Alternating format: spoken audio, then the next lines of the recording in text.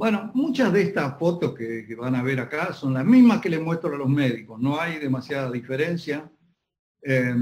Y esos que ven ahí arriba son los dibujos que hizo Duchenne de los chiquitos allá por el 1800, que no había fotografía en ese momento, pero sí había este tipo que era maravilloso dibujando, y dibujó las características que hoy tenemos en nuestros chiquitos, en nuestros pacientes, ¿no?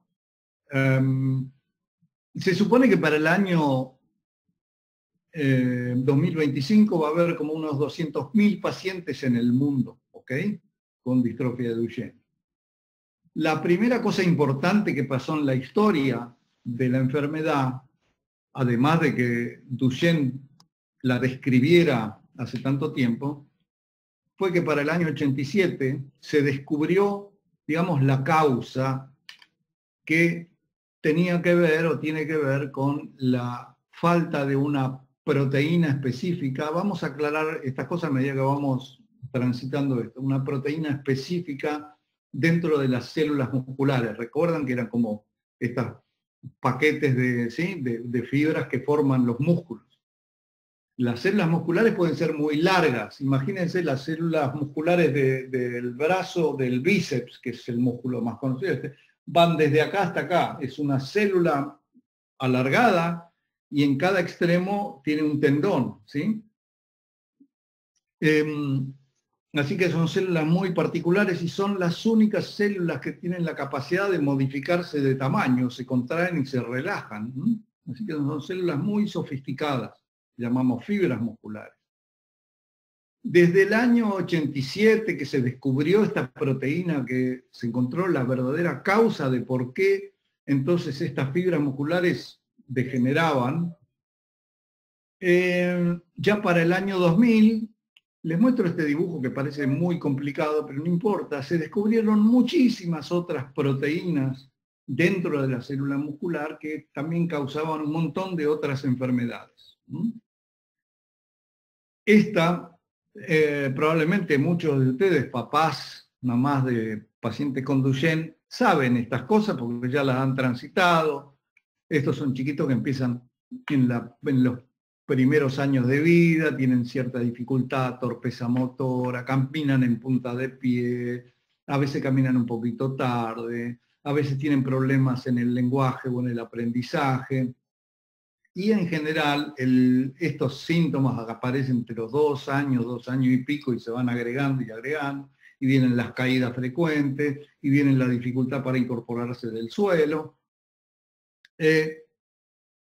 Pero tarda desde que esto empieza a pasar hasta que se hace el diagnóstico definitivo. En general pasa no menos de un par de años, ¿no? Entonces aparecen las caídas. Muchos de ustedes van a reconocer en la manera de caminar de este joven la de su hijo o su familiar.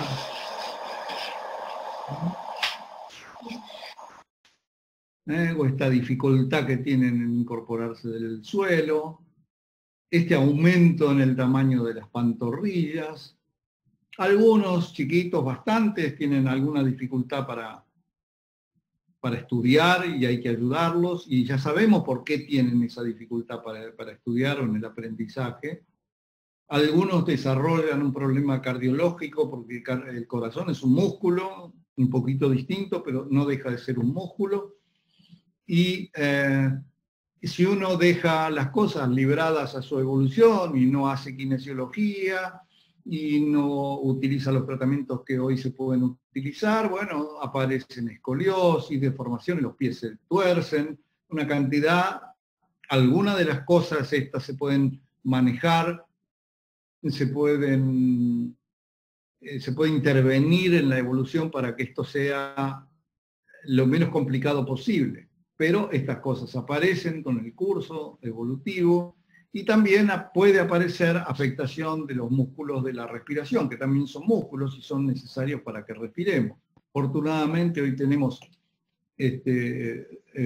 tratamientos para todas estas cuestiones, no necesariamente remedios que se toman, sino una serie de tratar, es también la kinesiología, es tratamiento, ¿sí? Los ejercicios respiratorios son tratamientos, muchas cosas son tratamientos, no hay que pensar en tratamientos solo en términos de la pastilla que se toma. ¿Mm?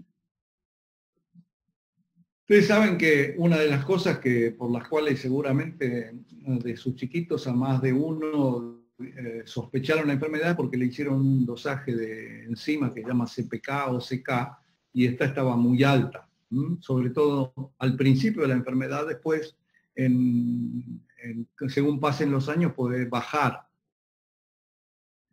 Fíjense, este es un estudio que hicimos que yo les quiero mostrar acá en el país, pero es válido para muchos otros lugares. Fíjense, yo les voy a mostrar quiénes notaron los primeros síntomas o signos en la enfermedad. Habitualmente mamá y papá, pero también los abuelos, y saben quiénes mucho en la escuela. ¿Sí? En la escuela le avisan a la mamá o al papá, mire, su chiquito tiene alguna dificultad porque para trepar o para subir las escaleras o se cae mucho más que los otros o tiene estas dificultades motoras. Y bueno, ¿qué hacen los papás? Habitualmente, por supuesto, lo que van a hacer es consultar con su médico pediatra. Pero resulta que en el 80% de los casos, los médicos pediatras no reconocen estos síntomas porque no están acostumbrados a ver estos pacientes, entonces lo derivan a otro especialista con diagnóstico, o lo ven los ortopedistas y le dicen que tienen pie plano, y empieza esta peregrinar por distintos consultorios que hace que el diagnóstico se demore más de lo necesario. Y entonces esta es la misma cosa que yo le mostraba hoy a los médicos. Si uno mira a este paciente, que es un chiquito de 4 años, que no tenía ningún antecedente ni nada, va al jardín y resulta que es al jardín de infantes. Y entonces la maestra es la que le avisa a los papás que algo pasa con este chiquito que tiene algunas dificultades con las escaleras y demás, y la maestra, entonces van a ver al pediatra, lo que decíamos recién, el pediatra no ve nada particularmente anormal, dice, bueno, esperemos, es un niñito torpe, entonces vamos a darle un poco de ejercicios, estimulación, pero el tiempo pasa, el niñito se cae cada vez más, tiene dificultad para levantarse y subir las escaleras, y en una de estas aparece la consulta neurológica y aparece la CPK alta, ¿no? Muy alta, miles de unidades. Este otro paciente parecido, pero es la abuela la que se da cuenta, ¿no? Entonces también otra vez se consulta con el pediatra deriva a ortopedia infantil porque cree que hay algo en el caminar que puede ser los pies, con lo cual se hace el diagnóstico muchas veces de pie plano, se le ponen plantillas, pero otra vez empiezan las dificultades para incorporarse del suelo, para subir las escaleras. El paciente acá, de 2, 3, 4 años ya tiene 5, ¿ok? Otra vez la CPK.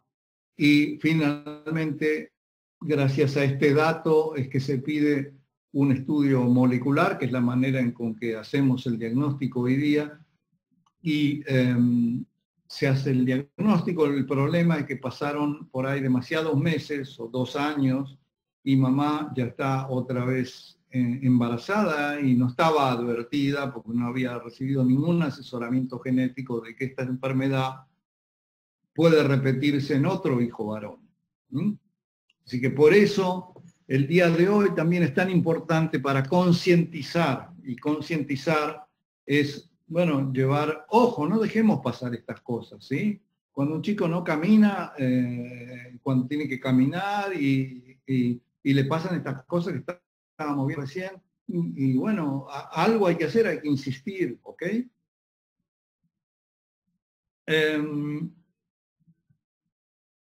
Yo les decía que muchos de estos pacientes, los chiquitos tienen algunos problemas de comportamiento y tienen problemas en entender en la escuela, y esto sucede 4 veces más que en la población general, que si toman chicos no Duchenne. Tienen dificultades en la escuela, dificultades de aprendizaje, dislexia, es decir, dificultades para la lectura. Algunos tienen problemas más significativos, muchos tienen este trastorno que llamamos déficit de atención, son chicos hiperactivos, en fin, todas estas cosas pasan en los pacientes con Duchenne, y no es porque emocionalmente tengan algún problema, sino porque esta proteína distrofina a la que hacíamos, pues, y de la que vamos a hablar enseguida, no solo está en los músculos, también está en otras células y también en células del cerebro. Y probablemente sea que falta también distrofina en el cerebro que tenga que ver con todas estas dificultades, entonces, desde el punto de vista cognitivo. A esta altura necesito saber si se oye bien. Se escucha perfecto, doctor. Ok. Y se ve. Y se ve también. Ok. Con el correr del tiempo, entonces, muchos de estos pacientes presentan algún problema cardiológico. El primer síntoma que suelen tener, y muchos chiquitos lo tienen, es el aumento de la frecuencia cardíaca, que a menos que uno le tome el pulso pasa totalmente desapercibido, eso no trae ningún síntoma. Y después puede evolucionar, como dice más abajo, hacia problemas cardiológicos un poco más importantes. Por eso es tan importante hacer los controles de estos pacientes todos los años, que tiene que ser visto por el cardiólogo. Lo que también es cierto es que estas complicaciones cardiológicas son mucho menores en pacientes que están tratados con corticosteroides. Y pueden no tener ningún síntoma. Y puede el paciente no tener ningún síntoma, ningún problema cardiológico, hasta que está más avanzado y sobre todo si no fue tratado, ¿no? Por supuesto, son estos trastornos más frecuentes en los más grandes, porque pasaron desapercibidos al principio. Por eso es importante también en los controles cardiológicos todos los años o cada 6 meses, según el caso. ¿Con qué? Se hacen ecocardiogramas, electrocardiogramas, estudios de Holter, en fin, hay una cantidad de estudios que se pueden hacer para ir viendo, ir monitoreando cómo funciona el corazón y eventualmente medicar cómo se medica cualquier trastorno cardiológico. A ver, otra cosa que es importante que se entienda. Por eso pusimos este fuelle, El fuelle. ¿Qué es el fuelle? Cuando hablamos con los pulmones, el fuelle es el pulmón, pero para que el pulmón funcione y entre y salga aire del pulmón, necesitamos, en este caso para el fuelle, un señor que haga este trabajo, ¿no? Y este trabajo es el que hacen los músculos de la respiración. Entonces los músculos de la respiración también pueden afectarse y hay que vigilarlos, hay que controlarlos, se debe prevenir y se debe anticipar el problema. Ahora, para eso es importante todas estas cosas que hacemos, de educación médica, de difundir estas cuestiones para que los médicos que no están tan expuestos a estas patologías sepan que, ojo, acá hay que poner un cuidado y hay que empezar a hacer controles de los músculos de la respiración periódicamente a partir de un determinado momento. No tiene sentido hacer en un chiquito de 6, 8 años estar pidiéndole estudios respiratorios, tal vez sí en los más grandes. Entonces, vigilar para prevenir y anticiparse a cualquier historia que pueda haber. Si uno mira a lo largo de la evolución de la enfermedad, la capacidad de bombeo de los músculos respiratorios se ve disminuida conforme corren los años. Es decir, como este amigo que nos vamos poniendo viejos juntos, tiene menos fuerza para hacer funcionar el fuelle. Pero no es que el fuelle esté roto, el fuelle está perfectamente bien, los pulmones están sanísimos, solo que hace falta quien los haga trabajar. Bueno, ¿qué complicaciones llevan estos pacientes a lo largo del tiempo? Son de diferentes tipos, son osteoarticulares, esto que vimos hace un rato, la escoliosis, las articulaciones como veíamos en esa foto que se tuercen por ahí los tobillos o los pies, las respiratorias que tienen que ver con esto que acabábamos de comentar, con las cardiológicas, las nutricionales, ¿qué quiere decir? Ahora vemos qué quiero decir. Las psicológicas, que tienen que ver con problemas de comportamiento, problemas de relación en la escuela, que tienen que ver con la propia enfermedad, con situaciones familiares, con cosas que tienen que ver con la medicación, muchas otras. Pero todas estas cosas, lo que hay que hacer es controlarlas y darles el tratamiento que corresponde. Bueno, dejemos este esquema. Lo que dice este esquema es que las complicaciones están relacionadas unas con otras. Las respiratorias tienen que ver con las cardiológicas pueden traer problemas respiratorios, las cardiológicas también se relacionan con las otras, y las es decir, por ejemplo, digamos, un paciente con mucha escoliosis, es decir, cuando digo escoliosis estoy diciendo problemas osteoarticulares, ¿sí? Se tuerce la columna, entonces los pulmones que están dentro del tórax se posicionan de manera anormal, entonces esto ya tiene impacto en la función respiratoria, entonces ya no solamente que los músculos tienen menos fuerza, sino que además por la posición anormal de los músculos, de los pulmones dentro del tórax, estas complicaciones empiezan a entrelazar entre sí, ¿sí? Entonces, para que esto, digamos, uno pueda controlar estas cosas, por eso insistimos tanto en los controles, para poder anticiparse a los problemas que vienen y darles el tratamiento que corresponde. Que no necesariamente, insisto, cuando se piensa en tratamiento se piensa en remedios que se toman, pastillas. No necesariamente son pastillas, son medidas que hay que tomar, de diverso tipo. A veces ortopédicas, de rehabilitación, kinesiológicas, de toda clase. Y acá viene una palabra que es el manejo, que es distinto del tratamiento. ¿Qué es manejo? El manejo de una enfermedad, de esta y cualquier otra, son medidas, conjunto de medidas, pueden ser físicas, pueden ser farmacológicas, le doy un remedio para esto y para lo otro, y conductas que sirven, que tiene que tomar el médico y el paciente para tener un máximo beneficio, reduciendo los efectos, dicen, negativos de la enfermedad. Yo tomo medidas, y eso es el manejo. Bueno, ahora, el manejo tiene que ser hecho por alguien que conozca la enfermedad, esté al tanto, se pueda anticipar a lo que viene, entonces voy a manejar esto de tal o cual manera. Y esto hace la gran diferencia, ¿sí? Entonces, ¿qué cosas incluye cuando uno habla de manejo? ¿Cuándo y cómo medicar?